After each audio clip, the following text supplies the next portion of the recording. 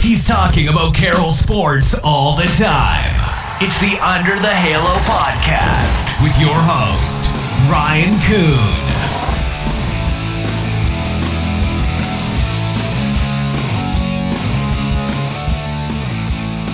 This is Under the Halo, the only podcast that encompasses all of Carroll College athletics. I am your host, Ryan Kuhn, and after some time off to work out a few kinks, we are back. My guest in this episode need no introduction. She has the women's basketball team ranked nationally in the top 10, and I'm sure you've heard her trademark stomping on the court to get her team's attention during the game.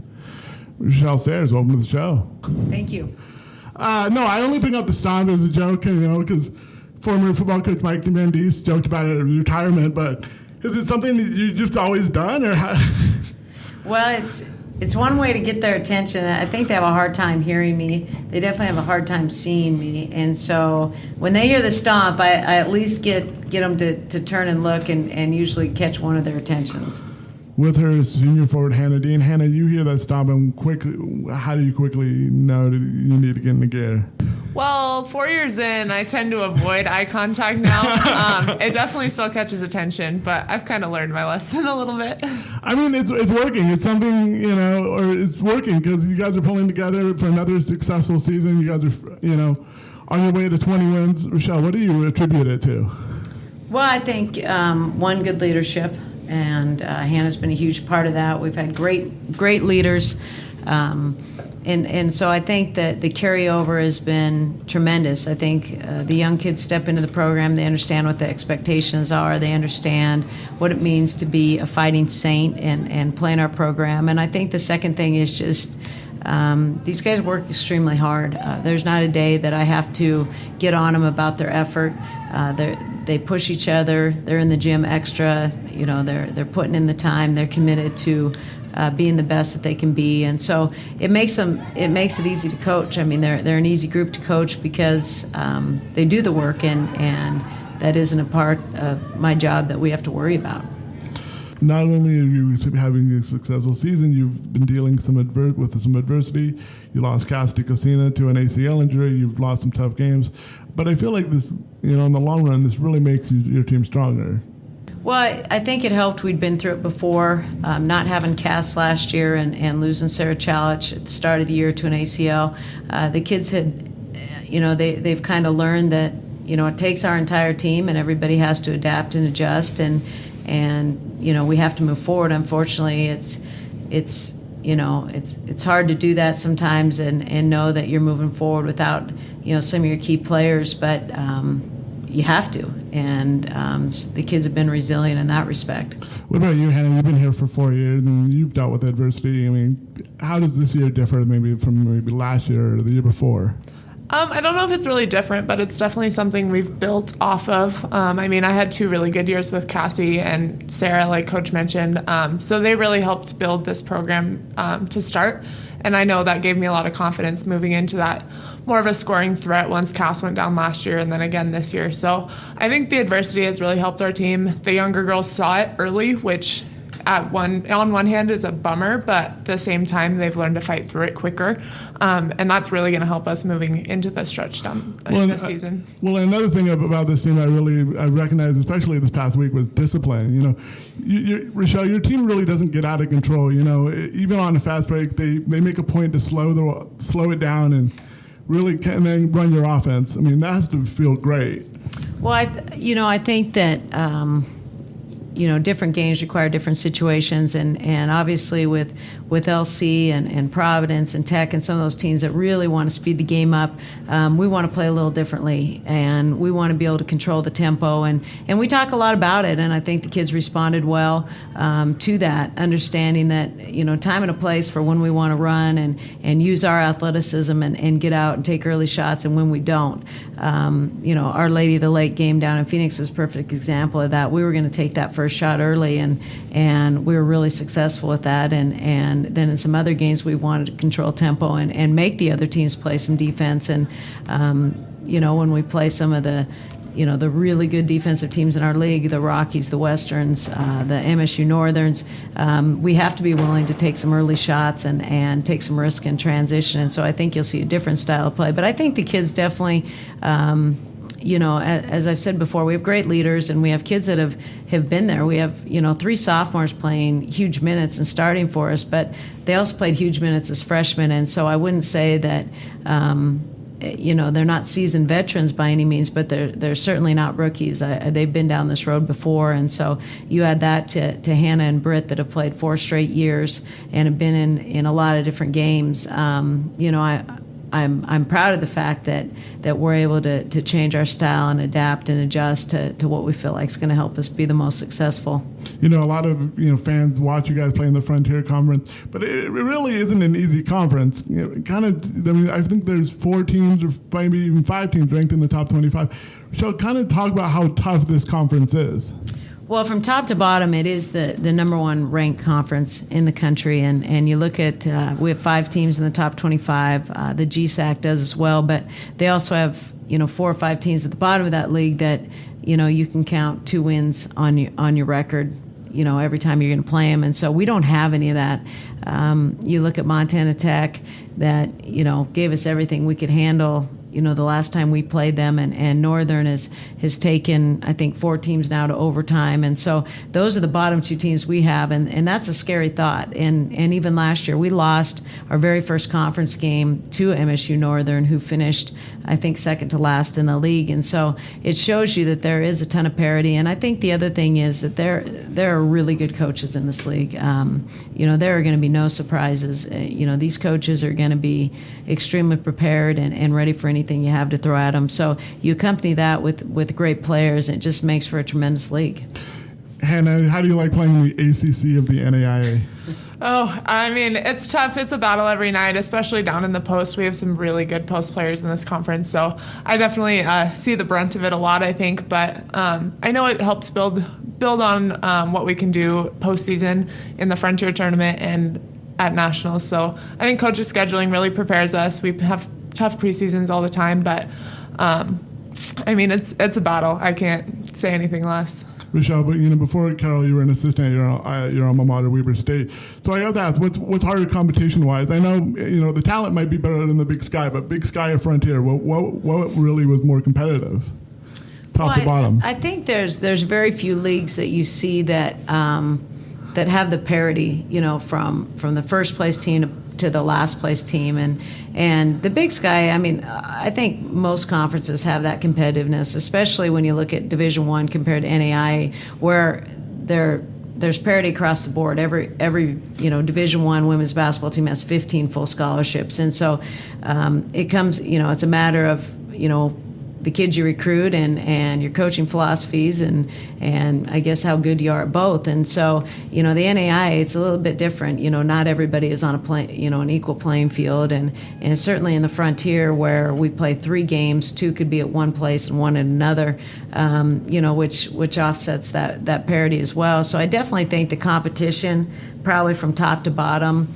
this year and last year in the Frontier is probably as good as what we had ever seen in the Big Sky.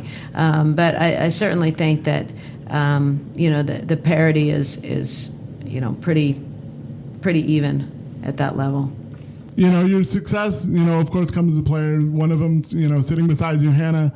What would this program be without her? I'm not gonna put you, Hannah on the spot, but 4 years, she's accomplished a lot in this program.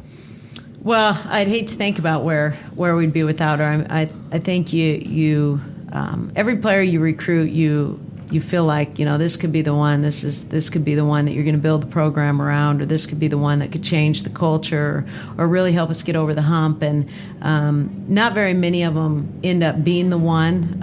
Hannah's definitely ended up being the one for us that has changed that culture and has continued to build on a tradition that was here, way before she and I were here. But I think we'll set a standard that will continue to carry a legacy. And, we knew she was a great player. I think that she could have been a great player anywhere, but I definitely think that she has committed to becoming the best player that she can be. And there's a lot of players that come to college and are pretty good players in high school and have pretty good college careers, but they never reach the point where they've absolutely become the best player that they can be. And Hannah works daily at that. And so I think that's the big difference in what I see in her and some of those players that just finished their career and have pretty good careers and we're fun to coach and we're great teammates, but didn't necessarily ever get to to the end. They didn't actually get as far as they could have gotten. And she's one that when this is all said and done, I can say with all certainty that she did everything she could to be the best player that she could be for our team. So, Hannah, what does this program mean to you? And I mean, especially, Coach Sayers bringing you in, coming from a smaller school and all that. Yeah, I mean, Coach Sayers is a classy girl, too. She kind of knows what it was like. I knew pretty much the minute I was on campus that this is a place I could envision myself being, and I knew I wanted to play for Coach as soon as I met her. So I think Carroll's been a blessing to me. I've said it before. I continue to look back at it as my senior year passes, but it's just been huge, and I think a lot of my hard work stems from just wanting to give back to the college and the team and the coach that gave me the opportunity in the first place. So how did you find her? I mean, I know because Gardner High School is very small. I mean, how did you find Hannah in a small school like that? Well, I'm from Absaroka, so that is almost as small as, probably smaller than Gardner, but. There aren't a lot of secrets. There's not a lot of kids that you just don't hear about. I think in this area, and fortunately for me, I always have people that like to give me a lot of recruiting tips. And I think we had definitely seen some things on her and what she had done, and had an opportunity to get her on campus as a junior for a junior day, and then back to camp, and had a chance to watch her, and just knew right away academically it was a great fit. She's extremely intelligent and driven in the classroom, and then just as far as a basketball player, we knew she would be great. I think the biggest question was she going to play basketball or volleyball? I think was the biggest decision she had to make. I think we felt pretty confident that if she was going to play basketball, that we would have a chance to get her there. And then her senior year, they were mediocre to begin with, and then they weren't even really projected to get out of their district, and they get out of that, and they get to divisional, and they play in a challenge game, get to state, and then they get to state and they win the thing. And we're at the state tournament, and I see Robin Selvig watching every one of her games, and I thought to myself, I am so glad we got her committed, because I have a feeling after that state tournament that had she still been available, she might be a Lady Grizz right now. That's how well she played down at that state tournament, and she turned a lot of heads just by pure heart and hustle. I mean, she pretty much took that team on her shoulders and won that thing when, like I said, they were beaten in district. They had to play the challenge game to get out, play a challenge game to get into divisional and out of divisional, mm-hmm. and then get to the state tournament and win it. So it was pretty amazing. Hannah, I mean, think about being a Lady Grizz. I mean, you wouldn't turn your purple and gold in for maroon, would you? No, at this point, at this point in time, I can confidently say no in that. I think it was a little hard to commit that early. I mean, I'm not going to lie. I committed going into my senior year. We hadn't even started school that year yet, which was a little scary. I mean, having a year. But looking back, I mean, it would have been so much fun to play for Coach Selvig, but then he retired the year after that. So I think I ended up in the perfect spot, and I can't imagine going back and doing it any differently. With the the regular season winding down, and is it weird knowing that you're going to have to watch from the sidelines last year, or have you both figured out a way to give her another year of eligibility? Well, if there were a chance to do that, we certainly would have done that. But we're hoping to keep her around a little bit. There is a master's program at Carroll, and so depending on what she decides to do her fifth year, we'd love to have her around for another year. But obviously, those talks take place in April. We've got a lot. Hey, those talks we could bring in the AD on here, and we could Breaking news right there. I'm regardless what happens, this team is going to be fine. And you have a young core. How important is it to build and recruit for the future, especially after a year like this with Hannah leaving? Well, I mean, everyone says, well, how do you replace Hannah? Well, you never replace those players. You hope that the young players that you have, like you say, we have a good young group of guards, a good core coming back. We've got 3 sophomores that are starting, and so I think you build there, and you just start building the team differently than you did before. Are we going to be the same team? No. We're definitely not the same team today that we started out in October when we had Cassie. And so I think, again, you just learn to adapt and adjust to the players and the style that you feel like will fit those players the best. And you hope that those young kids have learned valuable lessons from the ones that came before them. And we continue to build and grow and see where it takes us. Hannah, do you want to be involved with basketball after you graduate, or? Yeah, I think so. I mean, I don't know in what respect, but any sport, honestly. I'm such a sports freak. I watch them all the time. I want to be around them all the time. So I definitely want to be involved, whether it's here at Carroll or somewhere bigger, somewhere smaller. I definitely want to be around it. So Carroll sets out on a 4-game road trip starting Friday against the University of Providence. Guys, it's weird, a Friday night game. It's not high school. It's college. I mean, you look at that schedule, and is it shake heads, or is it just another game?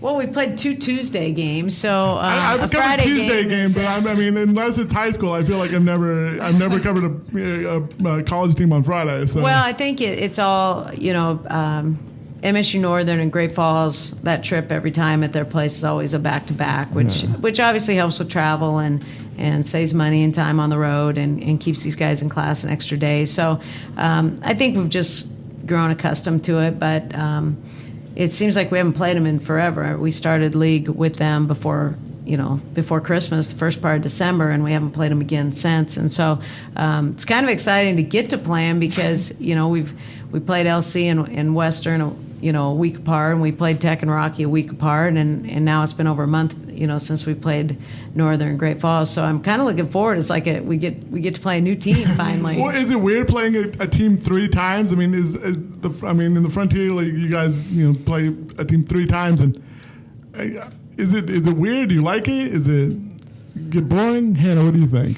Well, you get used to each other. I mean, Coach gives us scouting reports before every game, but there's no point in using them at this point. Yeah, I mean, you get to know every player there is, every coaching tendency, every playing tendency. So, I mean, it's definitely hard, but you get to see how you can do things differently, how you can grow as a team, what changes you can make on the fly.